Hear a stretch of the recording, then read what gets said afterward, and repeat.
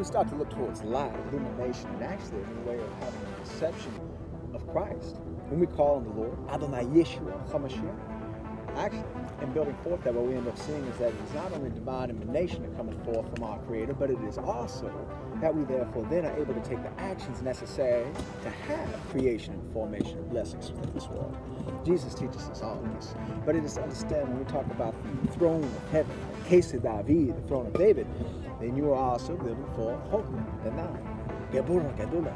Actually, the mighty work of God and the strength that cometh forth to the edification of the temple itself, that we ourselves are then edified and built forth with wisdom, knowledge, and understanding, and that the actual word of God is set forth not only within the ideas of the Sphira that we end up seeing, but also within the very foundation of the kingdom of heaven. So that when Jesus says, well, what shall I compare the kingdom of heaven? He's using a parallel for the Malchus, the Malchus Shema Chaim.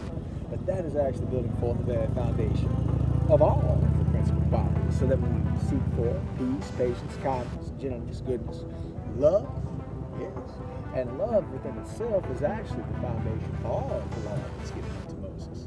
You see, when we learn to love God with all of our heart, our mind, our soul, and our strength, we therefore then have completed everything that He has asked for us. Ani yohed hashim mekol levivka, mekol meyodecha. Nefishka. When we look at the word for nefesh, actually the word that you end up seeing for the soul also ends up connecting within the ruach and the chaya.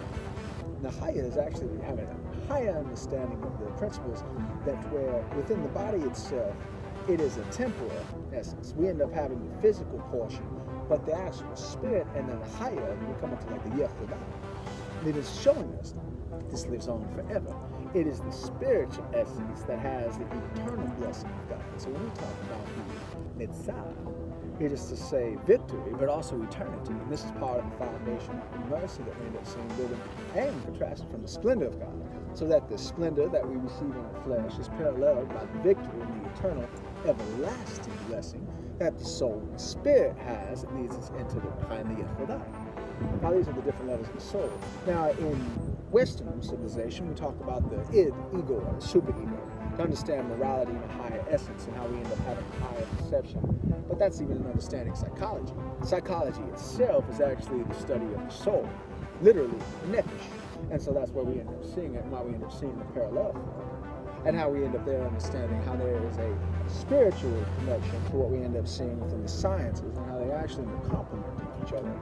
So that when you start to appreciate that, what we can see is how they therefore are building onto each other and giving us an appreciation for the soul itself.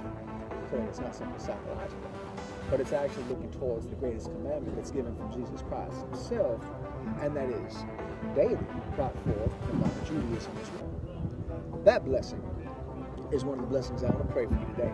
It's to have love. Love for your neighbor, love for your Creator, love for yourself. If you love yourself, you can love your neighbor. And if you can love your neighbor, you learn to love God. God bless. God bless America. I'll see you. Shalom.